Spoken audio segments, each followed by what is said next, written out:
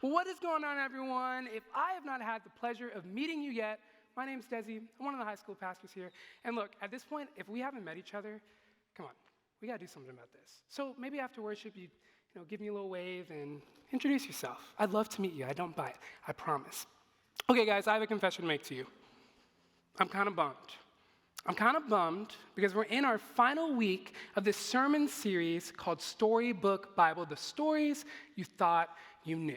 And over the past couple of weeks, we've been diving into some of those classic Bible stories that some of you may remember hearing as kids, right? Whether it was through VBS, or whether it was through Veggie Tales, or through some sort of storybook growing up your parents might have read to you, there are these stories that are pretty well known that we've been going through, but kind of showing another side to them that maybe you didn't know about. Our first week, Chelsea kicked us off with the story of Noah and the ark. And she talked about how we love to discuss how cute the animals are, and the ark, and how big it is, and what Noah does with the ark, and all of these different things. But we don't really like to talk about the fact that a bunch of people, died and drowned, all the skulls underwater. Yeah, it's pretty brutal. But she told us that there's still something about God's goodness in the midst of this story. And then last week, Josh told us about the story of Jonah and the whale, and we love to talk about how he gets swallowed by the whale, or it's not really a whale, it's a fish, and then he gets spit up on dry land, and it's this whole thing. And he told us that we actually forget an entire chapter of Jonah where he gets really mad at God, and they kind of have an argument that doesn't really get resolved. Yikes. And so we learned about why judgment is not really a great thing. And so we've been going through these stories in the Bible that some of you may be familiar with before we even talked about it. And I'm bummed about it because we're in our last week. But I'm also kind of excited because that means I have the opportunity of closing us off with one final story. So before we get into it, any guesses? What is it going to be? You can shout them out. What do you think? Christmas. No, not quite. Deborah? Who said Deborah? What else? David and Goliath? Who knows? I don't know. How about this? Why don't I just read it to us? Let's have a little story time, and let's figure out what is this last story that we have. All right, are you all ready? Oh, no, come on. Are we ready? Come on, are we ready? Are we ready? Yeah? Okay, shh. I have to tell a story. All right, here we go. Once there was a woman named Deborah who ruled the whole nation of Israel. She was a judge, which means she helped the people solve their problems. She told Barak, the commander of an army in Israel, that God wanted him to fight a big bully named Sisera, who had an army of over 900 chariots. Everyone say, ooh. But Barak refused to fight unless Deborah came with him. So Deborah went along, and they defeated Sisera's army. During the battle, Sisera ran away and hid in the tent of a woman named Jael. He asked Jael to hide him. So Jael gave him a rug to cover him and a sweet drink of milk. Everyone say, aww. Then she took a tent spike and hammered it into his skull until it went through the ground. The end.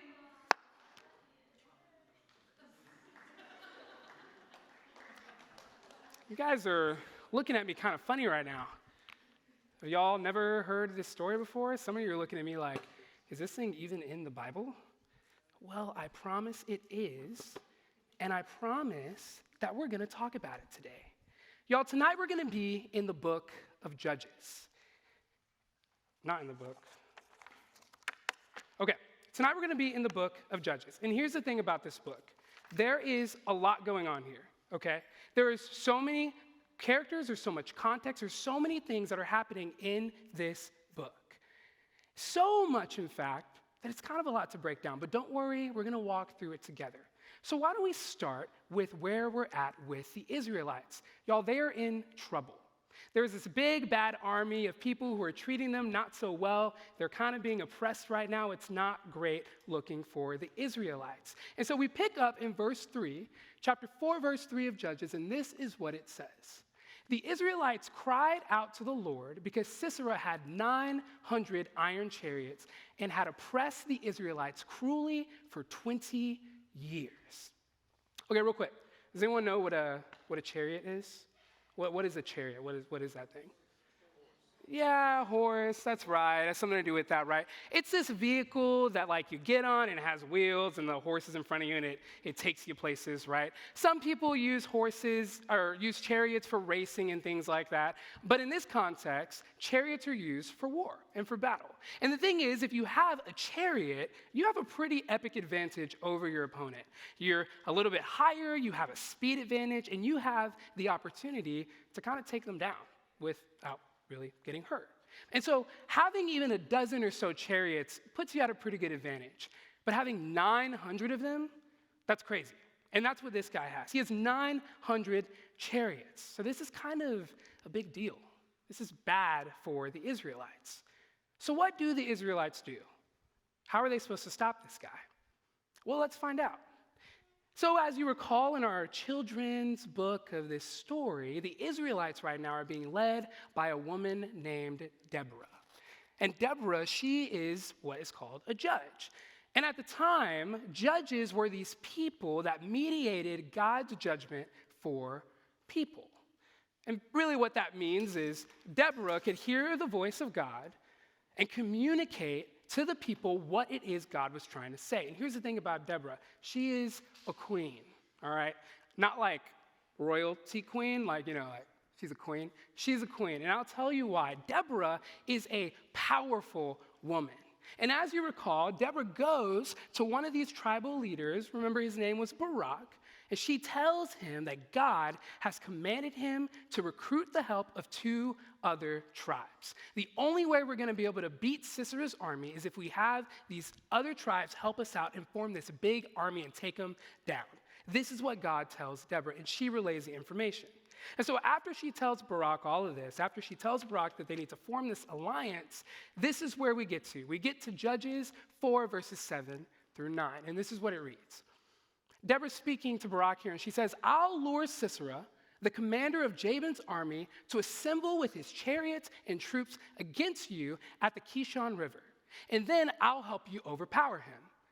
And so Barak replies, he says, if you'll go with me, I'll go. But if not, I won't go. Okay, real quick, this is important here.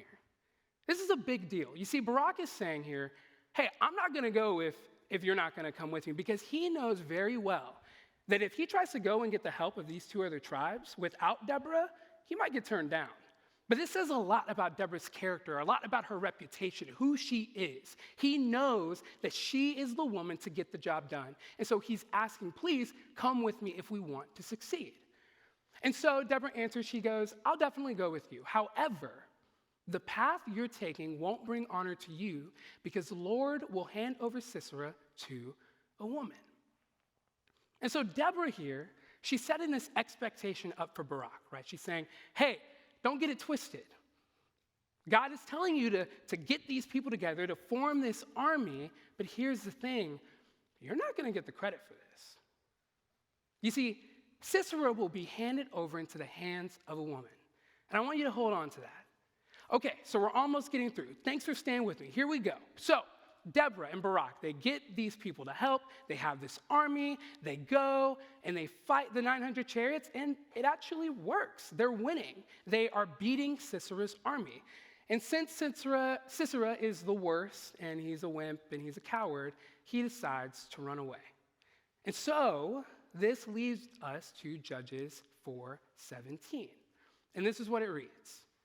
It reads, meanwhile, Sisera had fled on foot to the tent of Jael, the wife of Eber the Kenite, because there was peace between Hazor's king Jabin and the family of Eber the Kenite.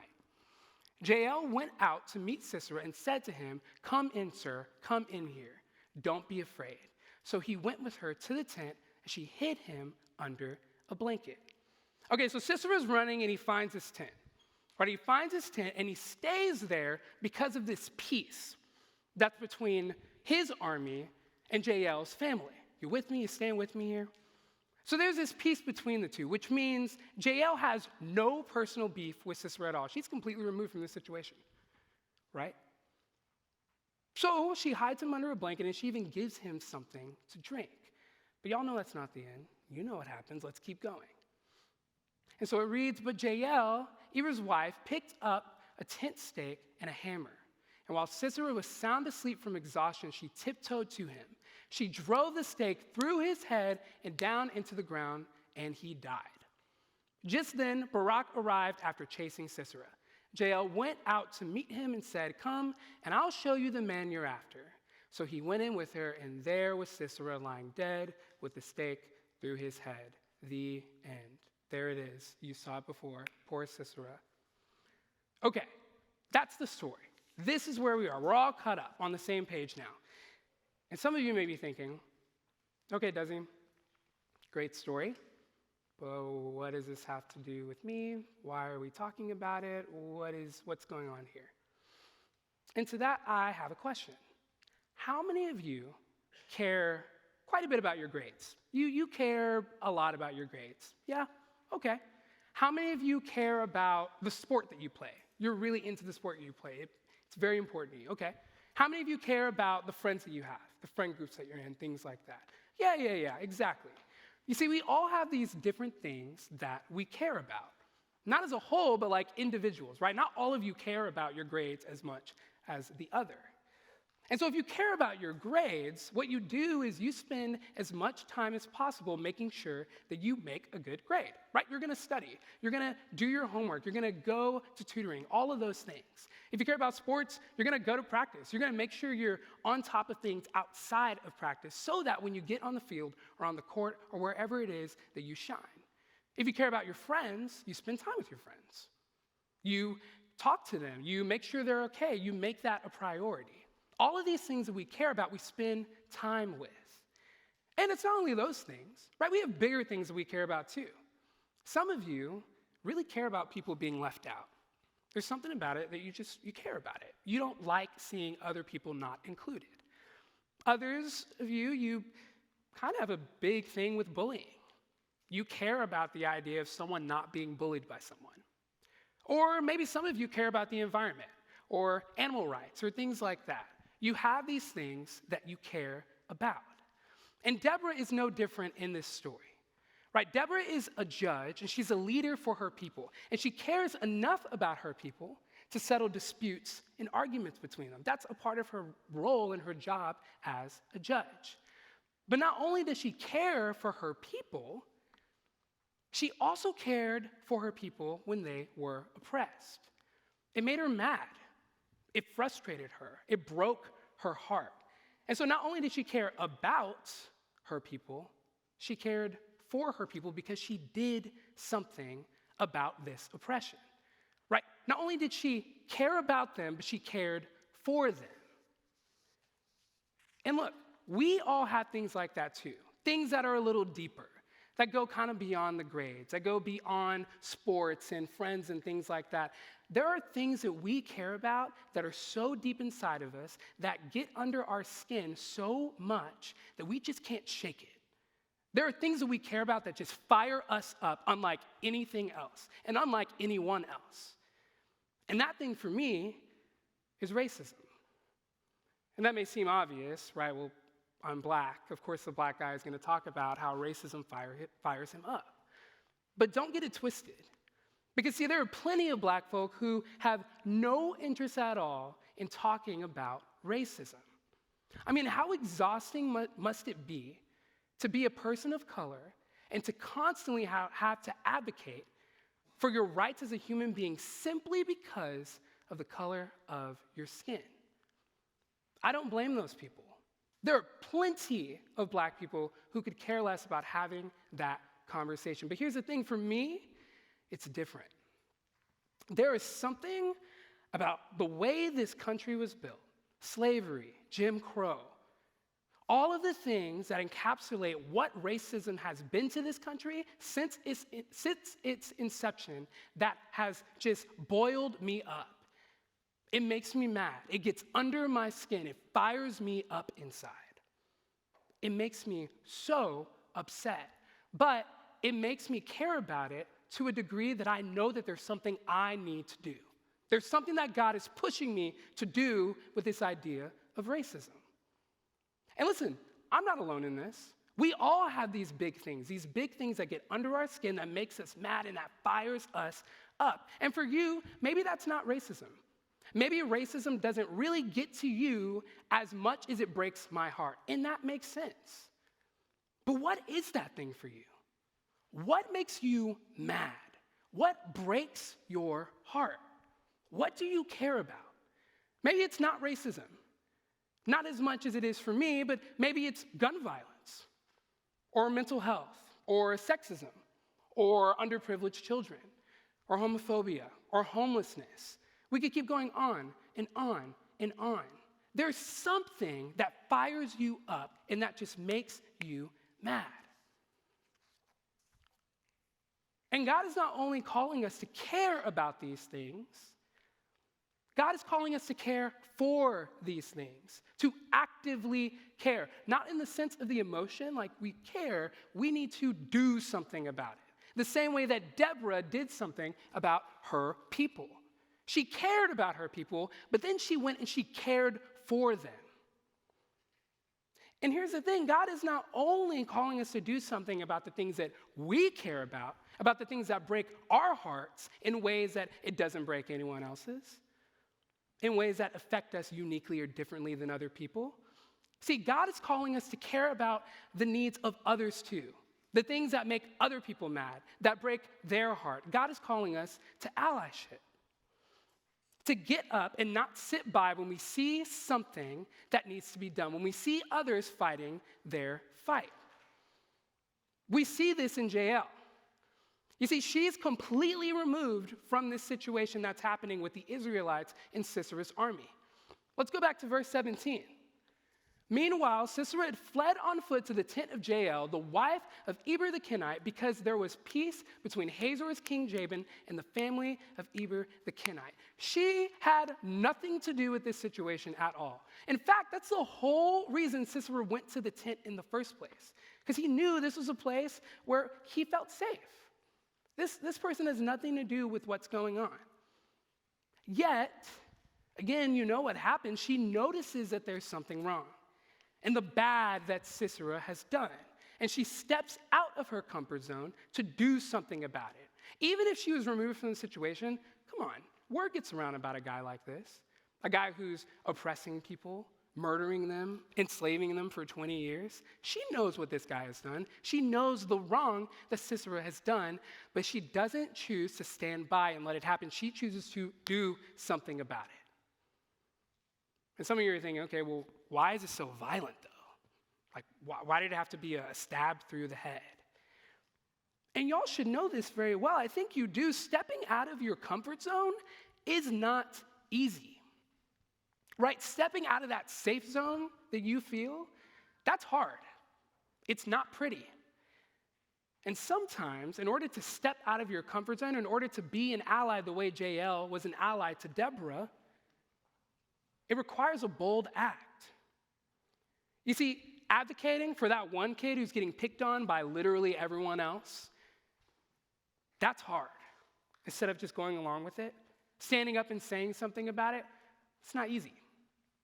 Neither is talking about gun control in this country and what gun violence means for school shootings. Having those conversations, that's also not very easy. It puts us out of our comfort zone in the same way that it put Jael out of her comfort zone. Think, when you do things like this, typically it singles you out. You feel singled out. You feel like all eyes are on you. And it feels unsafe. It feels weird. And I'm sure Jael knew that there would be a target on her back when she killed Sisera. How scary must it have been to take down this man who is the commander of an army? But she still acted anyway. She still chose to be an ally. Because ultimately, her choice, bold and courageous, was one that helped free a people.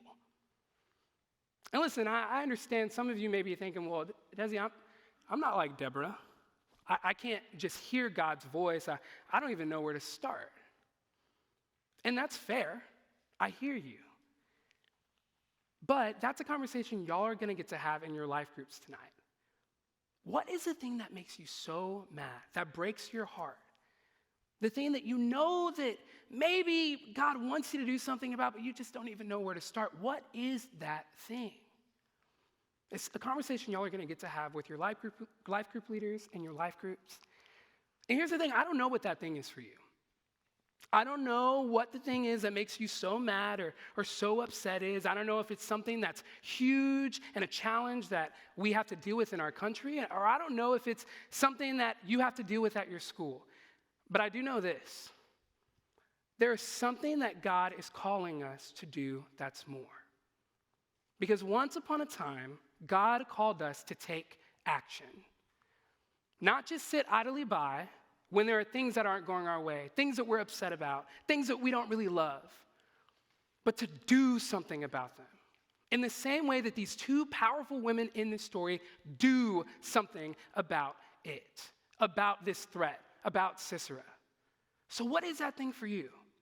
What breaks your heart? What makes you so mad unlike anything else? I want you to sit with that question.